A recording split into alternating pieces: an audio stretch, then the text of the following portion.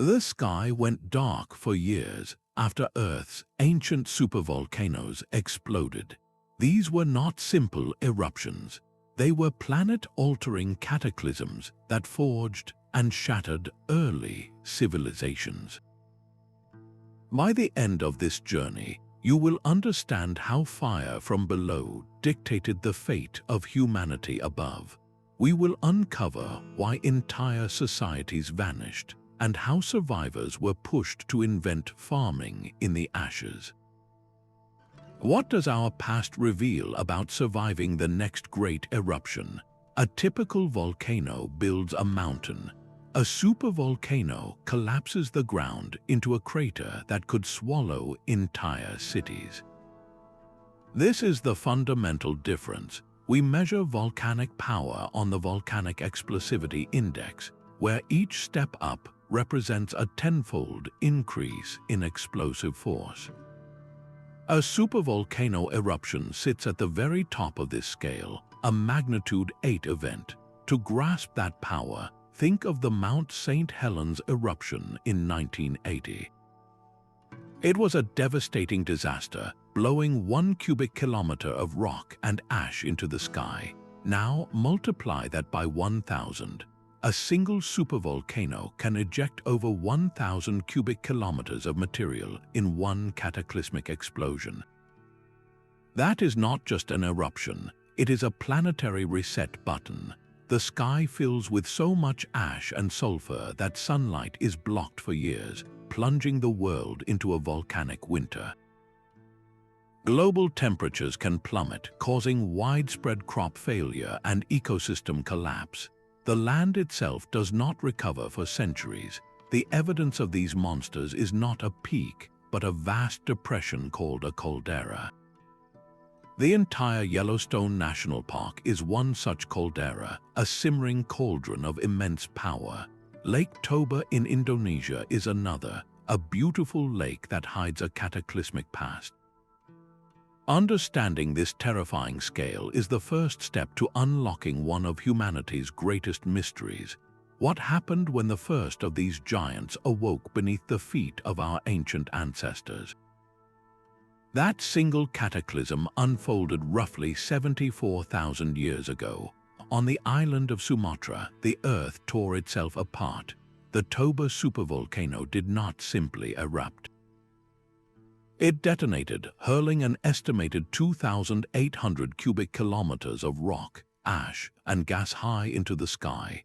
To put that in perspective, that is enough material to bury the entire state of California under a foot of ash. This immense plume circled the globe, and today, a thin layer of that very ash can still be found across southern Asia and the floor of the Indian Ocean, a ghostly fingerprint of the disaster.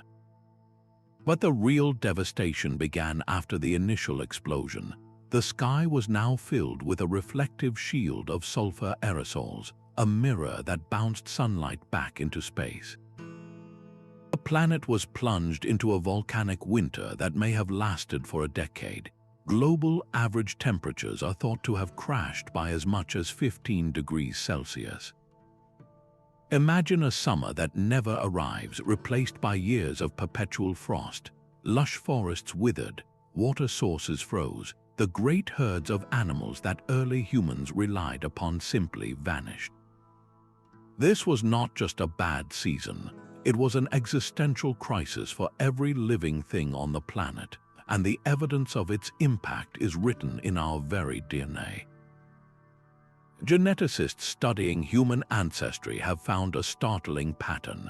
Around this same time, our species went through a severe genetic bottleneck. The global population of Homo sapiens may have collapsed to just a few thousand individuals, perhaps only 1 to 10,000 breeding pairs clinging to survival. Every one of us alive today is descended from that small, resilient group of survivors. This is a profound thought. Our entire species, with all its diverse cultures and peoples, traces its lineage back to a tiny community that endured the long, cold night after Toba. Their survival against such impossible odds shaped the genetic diversity of all humanity that followed. This event stands as a terrifying testament to how a single geological event can grip the destiny of a species. But what happens when a supervolcano erupts not against scattered bands of hunter-gatherers, but in the face of a thriving, complex civilization? The next chapter of this story moves from our deep genetic past to the dawn of recorded history, where another supervolcano left a different kind of mark. The evidence for these world-altering events is not just buried in rock but frozen in time. Miles deep within the ice sheets of Greenland and Antarctica, a perfect record of our planet's atmosphere is preserved.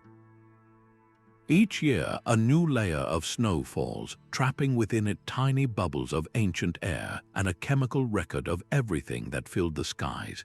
Scientists drill down, extracting long, cylindrical cores of ice that are like a time machine scroll. They can read these frozen layers like the rings of a tree, counting back through millennia, and within this pristine archive, they search for a specific chemical signature, a sudden, dramatic spike in sulfate concentrations. This spike is the undeniable fingerprint of a colossal volcanic eruption. When a supervolcano explodes, it blasts immense quantities of sulfur dioxide gas into the stratosphere. This gas transforms into tiny, reflective sulfate particles that circle the globe, and eventually they fall to the ground, preserved in that year's snowfall. By measuring the height of these sulfate spikes, researchers can gauge the sheer power of the eruption that caused them. This is not a local story. An ice core from Greenland can reveal an eruption that happened in Indonesia because the entire planet's atmosphere was affected. This data provides an independent, global timeline of disaster. We can now take a legend of a great darkness from an ancient text or a genetic bottleneck identified by scientists and search the ice cores for a matching chemical event. Suddenly, a vague story of catastrophe transforms into a dated, quantifiable historical fact. We can pinpoint the exact year the sky fell and begin to measure the resulting winter's depth and duration. This powerful tool of ice core science allows us to do more than just confirm these eruptions happened. It lets us connect them directly to the human stories that followed, to see how a sudden, violent chill recorded in the ice coincided with the collapse of a thriving society or the desperate migration of a people. So, which ancient civilization felt the full, unforgiving force of a supervolcano? Long before we drilled into polar ice, the memory of these disasters was etched into the human psyche through myths and legends. Cultures separated by vast oceans tell strikingly similar stories of a world plunged into darkness. The Norse spoke of Fimbulwinter, a time of 3 relentless winters with no summer in between, a perfect echo of the years-long freeze following a super eruption. In ancient Greece, Plato recounted the tale of Atlantis, a mighty civilization swallowed by the sea in a single day of fire and earthquake. While Pliny the Younger did not witness a supervolcano, his first-hand account of the Vesuvius eruption that buried Pompeii captures the universal human terror of such an event, describing a terrifying black cloud of fiery ash descending upon the city. These are not pure fantasies. They are the oral histories of survival, the collective trauma of our ancestors passed down through countless generations. They encode real, terrifying events in the language of gods and monsters. By carefully analyzing the details within these myths, researchers can sometimes find corroborating evidence for known eruptions or even uncover clues pointing to cataclysms yet to be discovered in the geological record. These ancient narratives put a human face on the cold data from ice cores and rock layers. They remind us that the sulfate spike in Greenland's ice was once a generation that watched their world grow cold and dark. This powerful blend of scientific evidence and ancient story leads us directly to one of the most pivotal turning points in human history, a revolution born from desperation in the wake of unimaginable change. The stage was set for humanity to make its next great leap, not in spite of the disaster, but because of it. A landscape stripped bare by cold and ash seems like a tomb. But within that devastation lay the seeds of a new world. The immediate aftermath of a supereruption is a global ecological catastrophe. The volcanic winter does not just bring a chill, it brings starvation. Sunlight is blocked for years, causing photosynthesis to falter and then fail. Vast grasslands and forests wither and die. The great herds of mammoths, bison, and deer that once roamed in their millions simply have nothing left to eat. Their populations crash, and with them the lions, wolves, and human hunters who depended on them for survival. The old way of life, built around tracking and hunting large game, becomes impossible. The world our ancestors knew was gone, yet the very agent of this destruction also held the key to renewal. That thick blanket of ash that smothered the continents was not merely sterile dust. It was a mineral-rich gift from the planet's depths, packed with phosphorus, potassium, and other nutrients essential for plant growth. Over decades, as the skies slowly cleared and the climate stabilized, this ash weathered into some of the most fertile soil on Earth. Regions that were once merely habitable became veritable breadbaskets. The stage was set for a revolution, but it was born from sheer desperation. With their traditional prey vanished, human communities were pushed to the brink. They had to adapt or perish. This forced a dramatic and painful shift in how they fed themselves. Reliance on the unreliable hunt gave way to a more focused effort on gathering what plants survived, on fishing in rivers and lakes, and on carefully observing which wild grasses could be stored and eaten. They were no longer just following the food, they were starting to manage it. The disaster had destroyed a world of abundance for the hunter, but it had inadvertently prepared the ground for the farmer. This environmental reset was a brutal, global pressure cooker. It did not simply suggest a new way of life, it demanded one. In the face of extinction, humanity's greatest leap forward was not a choice, but a necessity forged in fire and ice. The Neolithic Revolution is often taught as a story of human genius, a deliberate step toward a better life. But what if farming was not an invention of a bright mind, but a desperate act of a starving one? The old narrative of cultural progress crumbles when faced with the evidence from the ashes of Toba. In the generations that followed that terrible winter, a profound shift in human behavior becomes visible in the archaeological record. The grand communal hunting of massive game disappears. In its place, we find smaller, more focused communities huddled around reliable water sources, their tools no longer just spears but grinding stones and sickles. They were not hunting giants, they were harvesting tiny, stubborn seeds. This was a revolution born of necessity, not ambition. With the great herds gone, these communities turned to the only food sources left, wild grasses like emmer wheat and barley. They began to selectively gather, protect, and eventually plant the seeds of the hardiest strains. This was not a single eureka moment. It was a slow, grinding process of trial and error across generations, a fight for survival that gradually transformed the relationship between humans and the land. The very ground beneath their feet, enriched by the slow weathering of volcanic minerals, became their unwitting ally. The Fertile Crescent, that famous cradle of civilization, sits upon ancient layers of volcanic soil. This was not a coincidence. The ash that had once blotted out the sun now fed the first fields, creating uniquely fertile plains where the experiments in domestication could finally take root and flourish. The supervolcano did not just force us to change our menu. It handed us the ingredients and a brutally clear ultimatum: adapt or die. This painful pivot from hunting to farming fundamentally reshaped humanity. It allowed for permanent settlements, for food surpluses, for population growth, and ultimately for the rise of cities, writing, and kings. But this new way of life came with a hidden cost, a profound new vulnerability. A society of mobile hunter-gatherers could walk away from a disaster. A society rooted to its fields could not. The next time the earth shook with such fury, the stakes would be infinitely higher. The shadow of Toba was long, but it was not the only giant to shape our past. Across the globe and throughout deep time, other supervolcanoes awoke with the same earth-shattering force.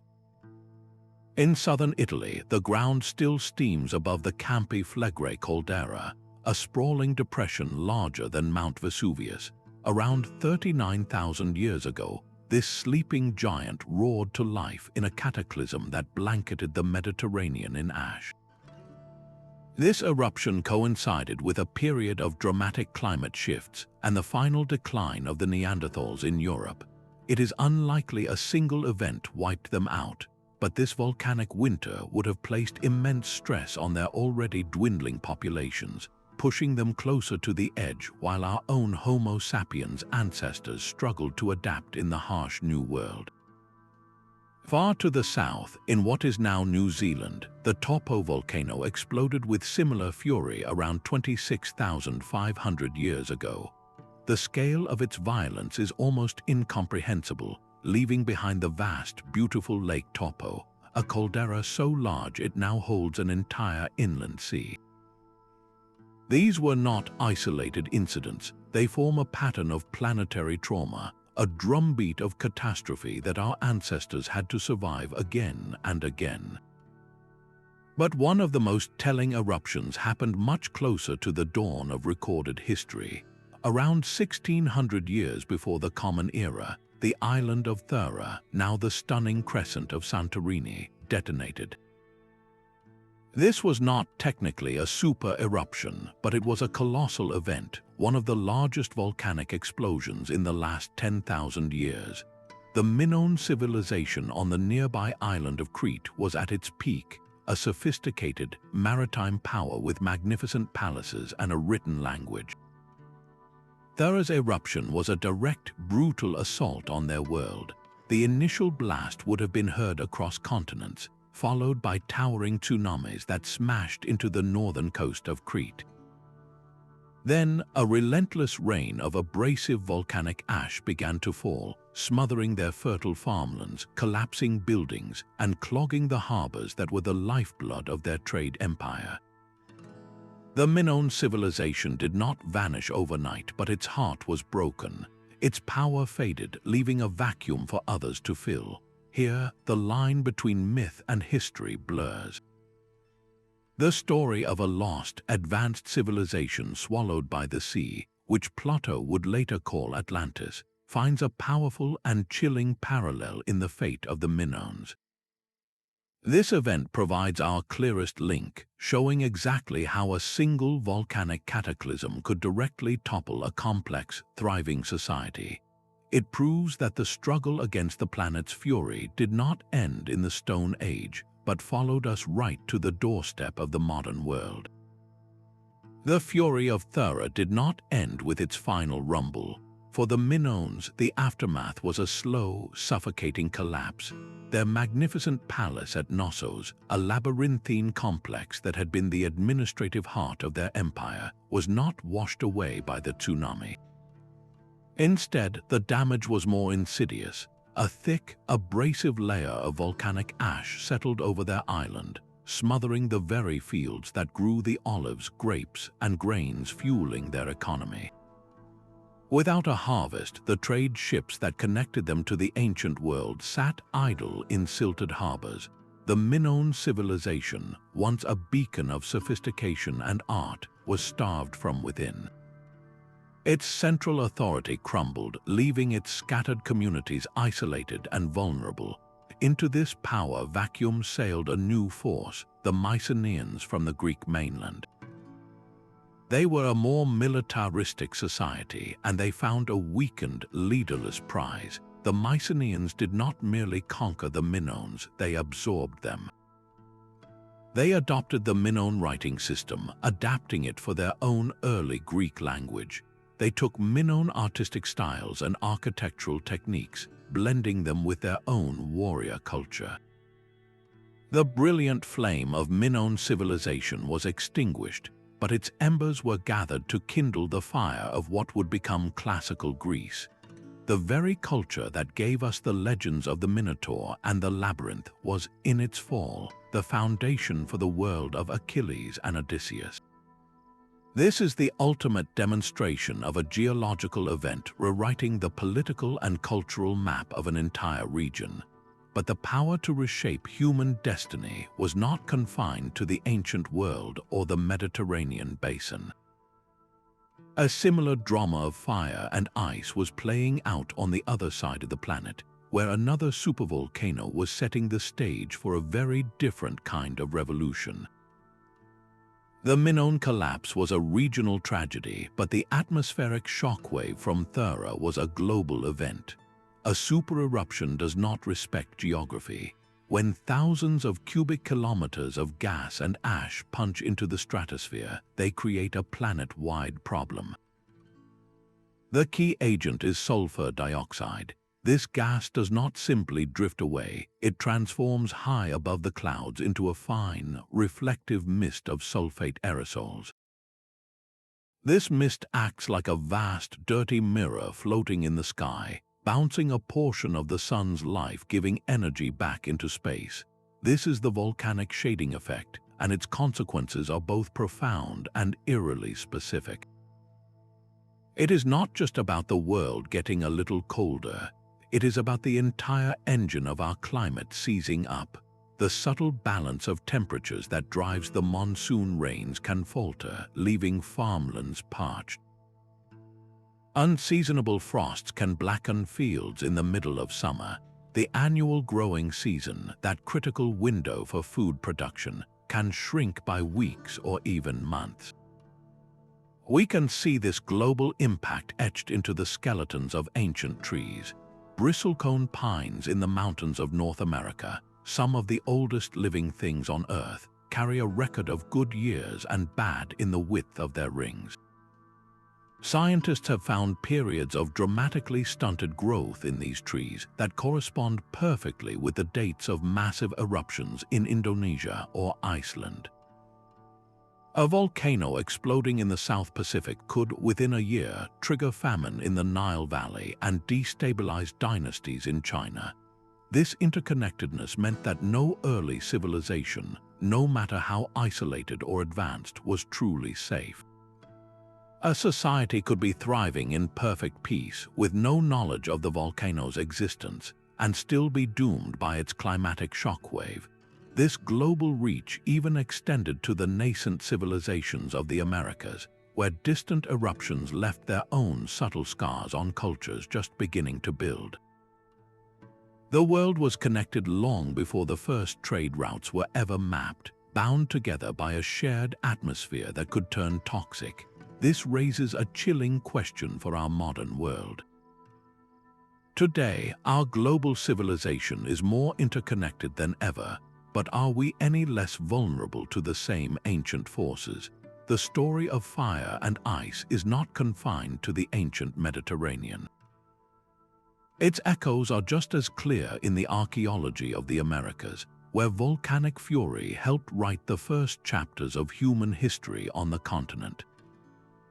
Around 13,000 years ago, as the first human bands were likely crossing the Bering Land Bridge into a new world, a predecessor to the modern Mount St. Helens, known as Mount St. Helens Set G, erupted with colossal force. Its timing is critical, coinciding with the onset of the Younger Dryas, a mysterious period of abrupt and dramatic global cooling. While the causes of this big freeze are still debated, the volcanic eruption would have been a brutal shock to a fragile ecosystem. Imagine those first pioneers having traversed a vast land bridge, only to find the corridors southward slamming shut behind walls of ash and a rapidly descending cold. This event may have severely disrupted migration routes, isolating small bands of people and forcing them to adapt to a suddenly hostile and changing landscape. The volcanic winter from such an eruption would have stressed the populations of the giant mammals like mammoths and mastodons, possibly contributing to their eventual extinction and forever altering the relationship between humans and the environment in the New World. This was a disruption at the very beginning, a pause button pressed on the peopling of a continent. But the volcanic influence did not end there. Much later, around the year 450 of the Common Era, the Ilopango caldera in what is now El Salvador detonated. This was a genuine super eruption, one of the largest in the last 10,000 years. It blanketed much of Central America in a layer of white volcanic ash dozens of feet thick, creating a wasteland instantly. The archaeological record in the surrounding region reveals a startling fact: a centuries-long hiatus in the Mayan presence. Entire areas were simply abandoned. Cities and villages were buried, farmlands rendered sterile, and the survivors were forced to flee. This was not a gradual decline, it was a sudden, catastrophic reset.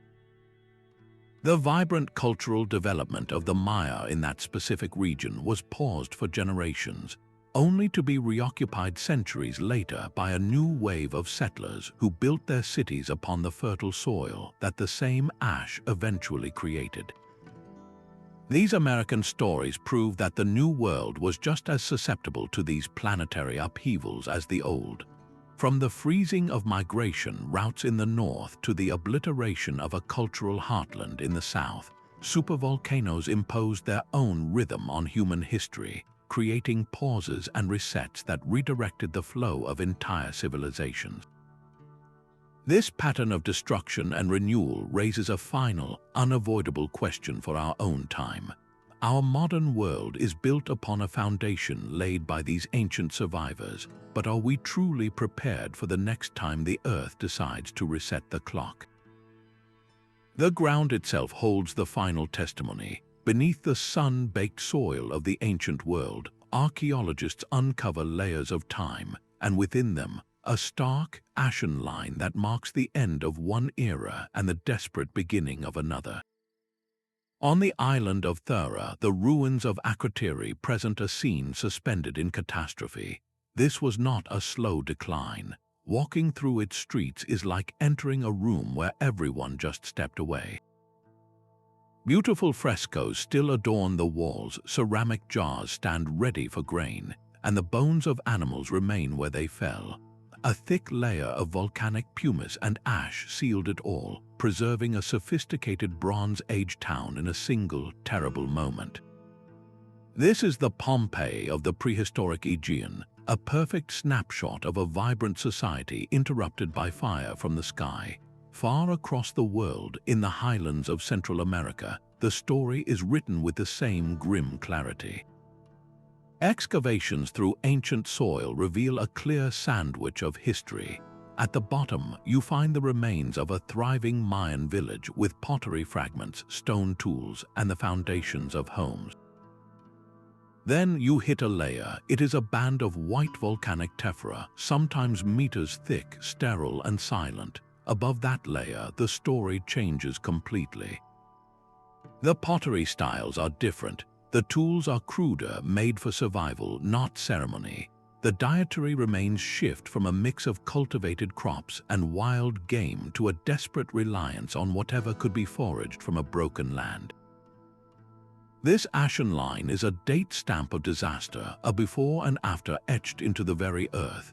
It tells us that people lived here, a volcano exploded, and then, for a long time, nobody did. When humans finally returned, they were different people, or the same people so profoundly changed that their entire culture had been reinvented.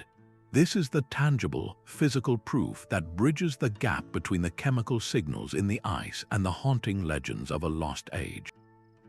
It connects the global climate data to the local human tragedy, showing us not just that a civilization fell, but how. We see the abandoned grinding stone left in a hurry, the scattered bones of a last meager meal. These are the intimate details of collapse, the quiet echoes of a society's final breath. This multidisciplinary case built from ice, stone, and myth is now overwhelming. But it forces us to look forward from the safety of the past to the precariousness of our present. Caves hold their own frozen time, not in ice but in stone. Deep underground, water drips from cavern ceilings, each drop depositing a minuscule ring of mineral onto a growing stalagmite. These stone pillars are nature's climate logbooks. The chemistry of each microscopic layer, the ratio of oxygen isotopes locked within the calcite, acts as a thermometer and rain gauge from millennia ago. A shift toward heavier oxygen can signal a drop in temperature, a permanent record of a volcanic winter captured in rock. Meanwhile, at the bottom of ancient lakes, a different story was being written in mud. Each year, a new layer of sediment settled, trapping and preserving the pollen that rained down from the surrounding forests. By drilling deep into these lake beds and extracting core samples, scientists can read this pollen like a botanical history. A core from a region that was once woodland might show a sudden, drastic shift, the pollen of mighty oak and pine trees vanishing, replaced by the hardy spores of ferns and mosses that thrive in cold, devastated landscapes. This is the silent testimony of an ecosystem collapsing under the weight of years without a proper summer. This multi-pronged detective work using ice, stone, and mud is the science of proxy data. No single source tells the whole story, but by weaving them together, researchers can achieve a startlingly precise reconstruction of the past. We are no longer just guessing that it got cold. We can now measure exactly how cold for how long and what died because of it. The data paints a terrifyingly consistent picture. The volcanic winters following supereruptions were not brief, harsh seasons. They were climatic regime shifts that could persist for 20 years, 50 years, or even longer. This was not a single difficult winter that a society could simply endure. This was a new, hostile reality that would span multiple human generations. Entire lifetimes would be lived under a dim sun, with failing harvests and dwindling game. This prolonged suffering would have tested every aspect of early societies, their social bonds, their leadership, their very will to survive. How do you maintain hope when the world itself seems to have turned against you for good? The fate of a civilization facing a supervolcano was not written in stone, but in its ability to change. When the sky fell and the earth froze, societies fractured in different ways. Some, like the Minoans with their grand palaces and maritime trade, saw their intricate systems shatter under the weight of ash and starvation. Their centralized power, so effective in times of plenty, became a fatal vulnerability when the networks of food and commerce collapsed. They were a towering oak in a hurricane, rigid and ultimately broken. Yet other societies proved to be more like reeds, bending with the cataclysmic winds. Look at the Maya after the Ilopango Eruption. Their heartland in present-day El Salvador was rendered uninhabitable for centuries, buried under meters of sterile ash. But the people did not simply disappear. They migrated. They carried their knowledge, their language, and their culture to new regions, settling in the Guatemalan highlands and the Yucatan lowlands. There, after generations of struggle, they eventually founded powerful new city-states like Tikal and Calakmul, ushering in a new golden age of Mayan civilization. Their old world was gone, but they built a new one from its ashes. This stark contrast reveals a fundamental truth about human societies under stress. Disaster could be an endpoint, but it could also be a brutal, unforgiving catalyst. It forced innovation in the most basic aspects of life. Social organizations had to become more flexible to manage scarce resources. Technologies like more efficient grinding stones or new water storage methods became matters of survival, not just convenience. The very way people fed themselves had to adapt, shifting from reliance on a single staple crop to a more diverse, resilient diet. The key to survival was not strength in the traditional sense, but a profound capacity for flexibility. It was the ability to look at a 1,000-year-old tradition and, when faced with extinction, to let it go. This dynamic, this eternal dance between catastrophic collapse and stubborn adaptation, is one of the central rhythms of human history. The psychological impact of surviving such events must have been immense, forging a species-wide instinct for resilience that is woven into our very culture. How did that hard-won resilience shape the next great challenge our ancestors would face? Generations who survived the long winter carried a new kind of darkness within them. This was not the temporary dark of night, but a profound, species-level trauma.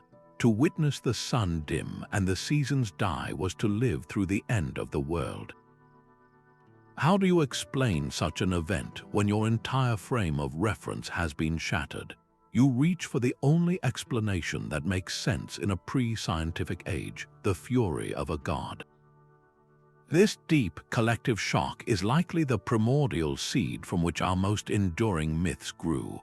The story of a great flood, found in cultures from the Mesopotamian epic of Gilgamesh to the biblical book of Genesis, perfectly mirrors the tsunamis and years of unending rain that would follow a coastal supereruption. The Norse prophecy of Ragnarok, a final battle culminating in a world consumed by fire and ice, reads like a perfect memory of volcanic winter. These are not random fantasies. They are the inherited nightmares of our ancestors, the stories they told around flickering fires to explain why the world had once tried to kill them. This trauma fundamentally reshaped humanity's relationship with the natural world. Nature was no longer just a provider, it was a terrifying, capricious force that required appeasement. We can see this shift in the archaeological record. In the aftermath of these cataclysms, evidence for elaborate rituals and sacrifices becomes more pronounced. The logic is heartbreakingly human. If the sky turns black because the gods are angry, then you must give them something, anything, to make them stop. Perhaps you offer your most valuable possessions or even a life in a desperate attempt to restore balance to a world gone mad. This was the birth of a world you centered on divine punishment and atonement, a narrative that has shaped religious thought for thousands of years. Understanding this origin helps us see these ancient beliefs not as simple superstition, but as sophisticated coping mechanisms for existential terror. They were a way to impose order on chaos, to find a reason for the unreasonable. This cultural memory became woven into the fabric of society itself, passed down through stories, laws, and rituals, a silent but powerful heirloom of survival. It forged a legacy of resilience, but also one of fear, teaching each new generation that the world could end again at any moment. This deep-seated anxiety about planetary catastrophe is a ghost from our past, one that still whispers to us today. A single supereruption rarely shattered just one society. Its true impact rippled outward in a chain reaction of human desperation. When the sky dimmed and crops failed in one region, the survivors had only one terrible option: they had to move. These mass migrations became the engine for widespread conflict, as desperate people poured into lands already straining to support their own populations. In the Aegean world, the decades following the Thuran cataclysm tell a grim story. Archaeological sites from this period show a dramatic shift. Peaceful coastal villages were abandoned, while new settlements were founded on easily defensible hilltops surrounded by massive stone walls. The artifacts changed too, with weapons becoming more common and graves showing new evidence of violent death. The collapse of the Minoan trade network had shattered the old order, creating a power vacuum and sending waves of displaced people across the sea. The result was an age of warriors, piracy, and fortified citadels, a world where conflict became a daily reality. This pattern repeated itself across the globe. In Central America, the super eruption of Ilopango did not just depopulate a region, it pushed entire populations outward. These refugees carried their culture and their survival instincts with them, but they also carried a profound need for new land and resources. They migrated into the territories of established Maya city-states in the Guatemalan highlands and the Yucatan Peninsula. The sudden influx of people placed immense strain on the local environment and social structures. Competition for the most fertile land and control over water sources intensified dramatically. The archaeological record from this era reveals a sharp increase in warfare, with cities building taller defensive walls and carvings beginning to glorify military victories and the capture of enemy kings. A geological event on one side of a continent could thus trigger centuries of political instability and warfare on the other, forcibly redrawing the ethnic and political map. The Earth's fury did not just destroy civilizations, it pushed the survivors into each other, turning the struggle for life into a battle for dominance. This domino effect reveals a terrifying truth about our interconnected world. A disaster in one place can become a catalyst for conflict everywhere. So where does this leave our modern, hyper-connected global civilization when the next domino is tipped? Desperation became the engine of human ingenuity. When the great herds vanished and the forests grew silent, the old ways of hunting collapsed. A spear designed to bring down a mammoth was useless against a solitary rabbit or a quick, flitting bird. This crisis may have been the crucible that forged one of history's most transformative weapons, the bow and arrow. It was a technological leap born from sheer necessity. The bow allowed for precision, for distance, and for hunting the smaller, more elusive game that now represented the difference between life and starvation. It was a quieter, more efficient way to extract scarce calories from a broken world, but securing food was only half the battle. The real challenge was keeping it. A single failed harvest could doom a community, but consecutive years of winter demanded a new strategy: preservation.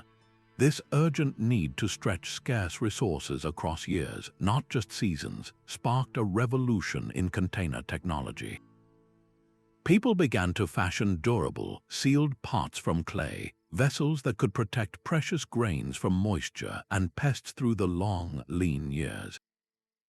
In a remarkable twist, the very agent of destruction itself, volcanic ash, became a key ingredient for survival. Potters discovered that mixing this fine, mineral-rich powder into their clay created a stronger, more resilient ceramic. The ash acted as a temper, binding the clay particles together and preventing the finished pot from cracking during firing or daily use. What was once a symbol of the end of the world was now being kneaded into the tools that would ensure a future.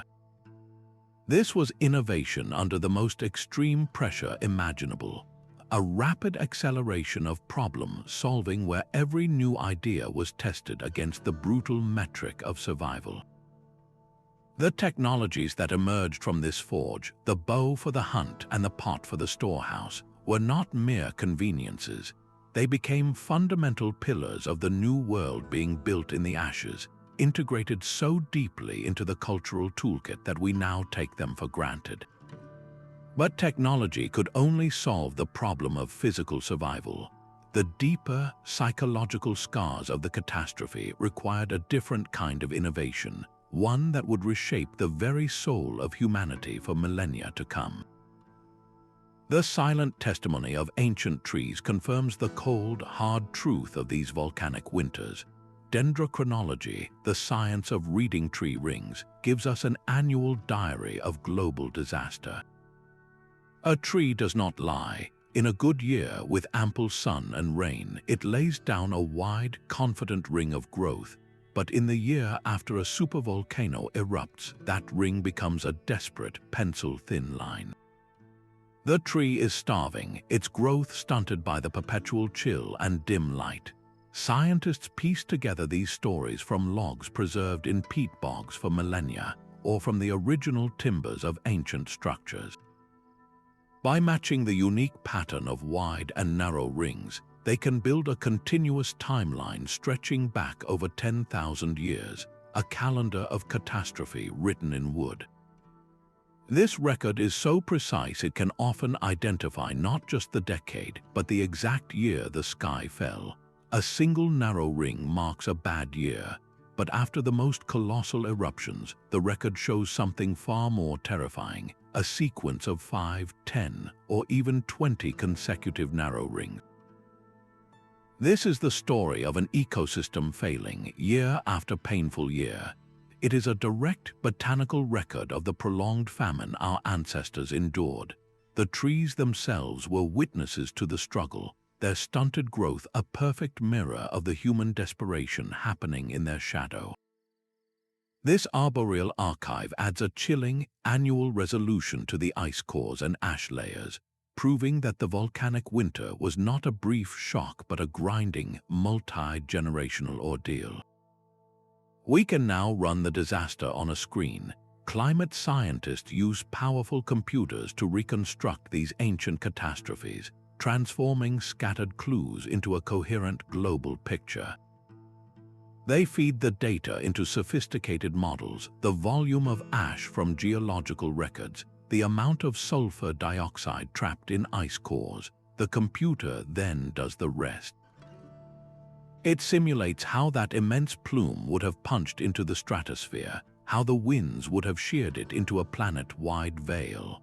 We watch as the model renders a virtual Earth, its surface temperatures plummeting under a shroud of reflective particles. We see the jet streams shift, the monsoon rains falter, and the growing seasons shrink. This is no longer just a story about it getting cold. We get a precise region-by-region forecast of the apocalypse. The model might reveal that while North America suffered a decade of killing frosts, parts of coastal Southeast Asia experienced only a few years of milder cooling. This granular detail is revolutionary. It allows us to move beyond vague notions of collapse and start testing specific, heartbreaking scenarios. Did the Egyptian Old Kingdom fall because the Nile floods failed for 20 years? A model can show if a specific eruption was capable of causing that exact drought. Did the Akkadian Empire shatter under years of famine? We can simulate the atmospheric chaos that would have turned their fertile crescent into a dust bowl. This turns the grand tragedy of human history into a series of solvable equations. We are no longer just archaeologists sifting through ashes. We are time travelers running experiments on the past to understand the precise mechanics of our own survival. Central America in the 5th century was a land of rising Maya city-states, their influence spreading through trade and agriculture. Then the Ilopango caldera detonated. This was not a simple eruption but a VI6+ event, a cataclysm of almost unimaginable force ranking among the largest volcanic explosions of the last 7,000 years. The sky tore open, raining down a suffocating blanket of white volcanic ash. This was not a light dusting. The fallout accumulated to depths of tens of meters, smothering an area of 10,000 square kilometers, a region roughly the size of Lebanon or Jamaica. Everything in this vast heartland was buried, entombed in an instant under a sterile, concrete-like layer of pulverized rock. The land was rendered not just unlivable but unrecognizable. The archaeological record from this region speaks in a loud, clear voice of absolute silence. For nearly 2 centuries after the eruption, the central territory of modern El Salvador shows virtually no signs of human habitation. This period is known to scholars as the Maya hiatus, a name that belies the sheer violence of the interruption. It was not a pause by choice, but a forced evacuation on a continental scale. Where did all the people go? The survivors had only one option: to flee. They became environmental refugees, their entire world erased behind them. Waves of displaced people moved north into the Guatemalan highlands and the Yucatan Peninsula, and south into other parts of Central America. This massive, unplanned migration sent shockwaves through the entire Maya world. Imagine established cities, already managing their own resources and rivalries, suddenly confronted with thousands of desperate newcomers. These were not invaders with armies, but families starving for land and food. The sudden, immense pressure on local resources, especially fertile land and clean water, became a catalyst for intense social friction. The existing political order, built on delicate alliances and trade networks, began to fracture under the strain. Archaeological evidence from this era reveals a sharp increase in warfare. City-states that had once competed for prestige now fought for survival, constructing taller, more formidable defensive walls. Carvings on stone monuments shift in tone, beginning to glorify military victories and the capture of enemy kings with a new, brutal urgency. The Ilopango Eruption did not destroy the Maya people, but it shattered their geographical and political center of gravity. It forcibly redistributed their population, pushing their civilization into new territories and accelerating a cycle of conflict and consolidation that would define their world for generations to come. Here, the chain of cause and effect is stunningly clear, a direct line drawn from a geological cataclysm to a complete reordering of human society. Our genes carry a hidden history of ancient disasters. The deep freeze that followed a supereruption did more than just reshape the landscape. It carved scars directly into our DNA. Just as the Toba catastrophe 74,000 years ago may have left its mark on all of humanity, later, smaller eruptions left distinct genetic signatures on regional populations. This is the science of genetic archaeology, a way of reading our own biological code as a historical document. By analyzing the DNA of modern populations and comparing it carefully to ancient genetic material extracted from bones and teeth, researchers can pinpoint moments of profound crisis. They look for a sudden, sharp reduction in genetic diversity at a specific point in time. This is the unmistakable signal of a population bottleneck, when the vast majority of a community perishes, leaving only a small, genetically similar group of survivors to repopulate the area. It is a biological echo of a famine or a plague, an event so devastating it permanently narrowed the gene pool. But our DNA records more than just collapse, it also maps the roads of survival. When people are forced to flee a devastated homeland, they carry their unique genetic lineages with them. The sudden appearance of these new genetic markers in a different region, at a time that matches a known eruption, tells a clear story of migration and resettlement. It confirms the routes that refugees took to escape the ash and the cold. The genetic evidence from the Americas after the Ilopango eruption, for instance, shows exactly this pattern, a story of displacement written in the genes of the Maya people. This biological evidence creates an unbreakable chain, linking the cold data from ice cores and the silent ash layers in the ground directly to the living, breathing populations of today. It proves that these were not abstract events. They were tragedies that forever altered the biological tapestry of humanity, a legacy of fire and ice encoded in every one of our cells. This genetic clock, however, is now ticking for our own modern world, a global society living in the shadow of sleeping giants. An asteroid strike delivers a single, shattering blow. The immediate destruction is absolute, a firestorm followed by a global shockwave, but the atmosphere, while choked with dust, often begins to clear within a few years. The planet's climate systems can, in relative terms, rebound. A supervolcano, however, delivers a prolonged assault. Its eruption injects a persistent shield of sulfate aerosols high into the stratosphere, a layer that does not simply rain out. It lingers, reflecting sunlight for a decade or more, turning one catastrophic year into 10 or 20. This is the critical difference between a sudden, violent injury and a long, debilitating illness for the entire biosphere. Even other terrestrial disasters pale in comparison. A mega tsunami can devastate a coastline, and a great earthquake can level cities, but their destructive power is geographically contained. The ash cloud from a supervolcano recognizes no borders. It creates a planetary emergency, a single bad day for the entire world that stretches into a generation of struggle. The unique peril of these geological giants is this fusion of global reach and agonizing duration. They do not merely topple buildings or flood coastal plains. They attack the very foundation of civilization, the global food web itself.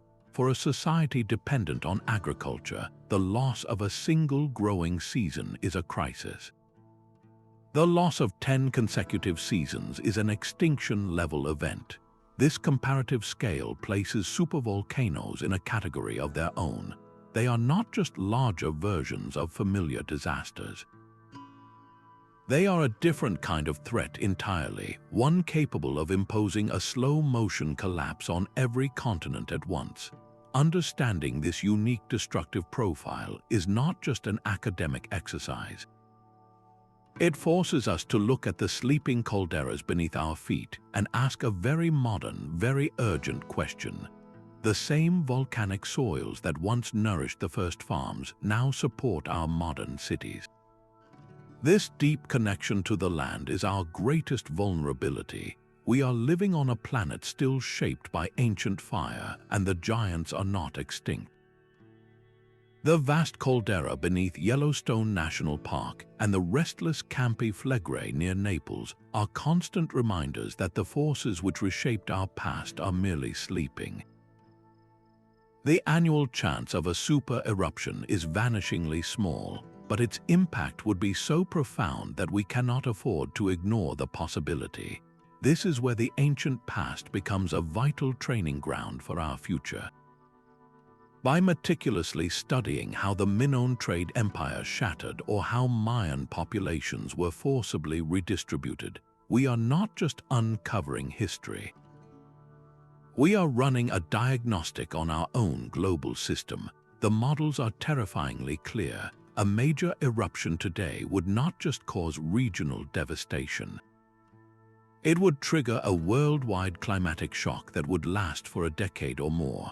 Our intricate, just-in-time global supply chains, the very arteries of our modern economy, would seize up. How would a continent feed itself when international shipping grinds to a halt and supermarket shelves empty in a matter of days? The volcanic winter would cause simultaneous crop failures in the world's bread baskets, the American Midwest, the Brazilian plains, the Ukrainian steppes, creating a global famine on a scale never before seen. The lesson from the ash layers of Ilopango and Thura is not that civilizations are doomed, but that their survival hinges on specific qualities.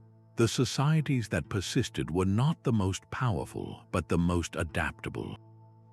They were the ones who could disperse, who had diverse food sources, and who could cooperate under extreme duress. For us, this translates to building resilience through strategic food reserves, decentralizing energy grids, and fostering international protocols for disaster response.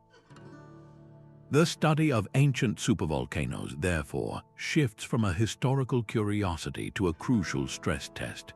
It forces us to look at our own world and ask a simple, stark question. Are we the rigid oak or are we the flexible reed? Our preparedness for the next planetary crisis, whether it comes from a volcano or another source, may depend entirely on the answer. The ground has yielded so many answers, yet the deepest mysteries of these ancient fires remain stubbornly unsolved. For every cataclysm we have mapped in ice and rock, there may be another we have entirely missed. The geological record is vast and incomplete, with entire chapters lost to the grinding of tectonic plates or buried deep beneath the ocean floor. Could an unknown supereruption, one that dwarfed even Toba, be hiding in plain sight, its evidence simply eroded away or not yet recognized for what it is? This question haunts the edges of our understanding. Consider the enigmatic collapse of the Indus Valley civilization, a sophisticated society with planned cities and a written language we still cannot read. Around 3,900 years ago, its great urban centers like Mohenjo-Daro and Harappa were gradually abandoned. Was it climate change shifting river courses, or did a distant volcanic eruption, perhaps one we have not yet definitively linked to this region, plunge their world into a drought so severe it shattered their agricultural heartland? The evidence is tantalizingly circumstantial, a puzzle missing its most crucial piece. Then there is the most profound survival story of all. How did a tiny population of Homo sapiens endure the Toba winter when other hominid species, like the Neanderthals in Eurasia, eventually faded from existence? The answer may lie not in brute strength, but in the subtle architecture of society. Our ancestors might have possessed more extensive and flexible social networks, allowing them to share scarce resources and information across larger distances. They may have had a more diverse and adaptable toolkit, a broader diet that included coastal resources less affected by the terrestrial freeze. Perhaps it was a nascent capacity for symbolic thought and storytelling that allowed them to maintain social cohesion and pass down survival strategies through the long, dark years in a way that other species could not. Proving the precise chain of events that connects a volcanic winter to the birth of farming or the fall of a kingdom is the ultimate challenge.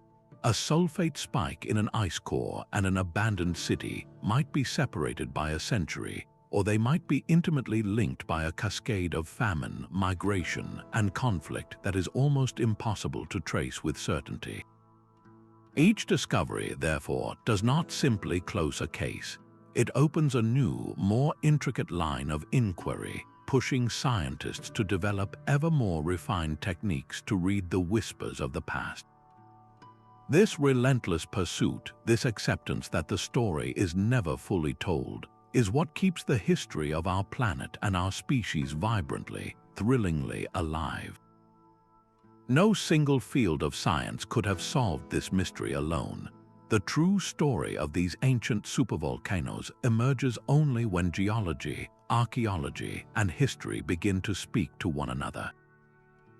A sulfate spike in a Greenland ice core is a solitary data point, a silent chemical scream.